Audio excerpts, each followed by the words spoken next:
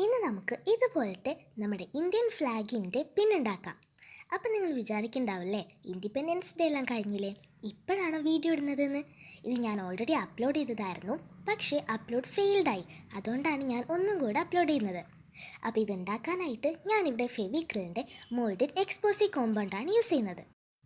ആദ്യം തന്നെ ഞാൻ ഈ ക്ലേയും ഹാർഡനറും നല്ല രീതിയിൽ മിക്സ് ചെയ്ത ശേഷം ഒരു സർക്കിൾ ഷേപ്പിലേക്ക് ആക്കിയെടുത്തിട്ടുണ്ട്.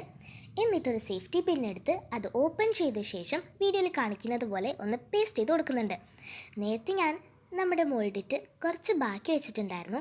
അതിൽ നിന്നൊരു പീസ് എടുത്ത് ഈ ഒരു സേഫ്റ്റി പിന്നിൻ്റെ മുകളിലേക്ക് നല്ല രീതിയിലൊന്ന് അറ്റാച്ച് ചെയ്ത് കൊടുക്കുന്നുണ്ട്. ഇനി നമുക്ക് ഇതിനൊന്ന് ഡ്രൈ ആക്കാൻ വെക്കാം. അങ്ങനെ ഇതാ ഡ്രൈ ആയി കഴിഞ്ഞിട്ടുണ്ട്. ഇനി നമുക്കിതിനെ പെയിൻറ്റ് ചെയ്യണം.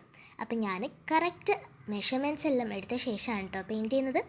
മുകളിൽ ഓറഞ്ചും അടിഭാഗത്ത് ഗ്രീനുമാണ് കൊടുക്കുന്നത്.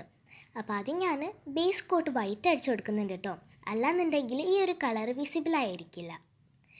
അങ്ങനെ ഞാനിതാ പെയിൻറ്റ് ചെയ്ത ശേഷം അത് ഡ്രൈ ആക്കാൻ വെച്ച സമയം തന്നെ നമ്മുടെ അശോക ചക്ര ഒരു പേപ്പറിൽ വരച്ച് കട്ട് ചെയ്തെടുത്തിട്ടുണ്ടായിരുന്നു. അപ്പോൾ ചെറുതാണ് കേട്ടോ ഞാൻ വരച്ചത്.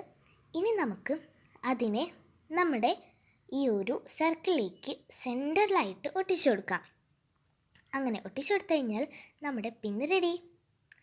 അപ്പോൾ ഇതുപോലത്തെ കൂടുതൽ വീഡിയോസിനായി നമ്മുടെ ചാനലൊന്ന് ലൈക്ക് ചെയ്യുക, ഷെയർ ചെയ്യുക, സബ്സ്ക്രൈബ് ചെയ്യുക. ഇനി എന്താ ഉണ്ടാക്കേണ്ടതെന്ന് കമൻറ്റ് ചെയ്യണേ.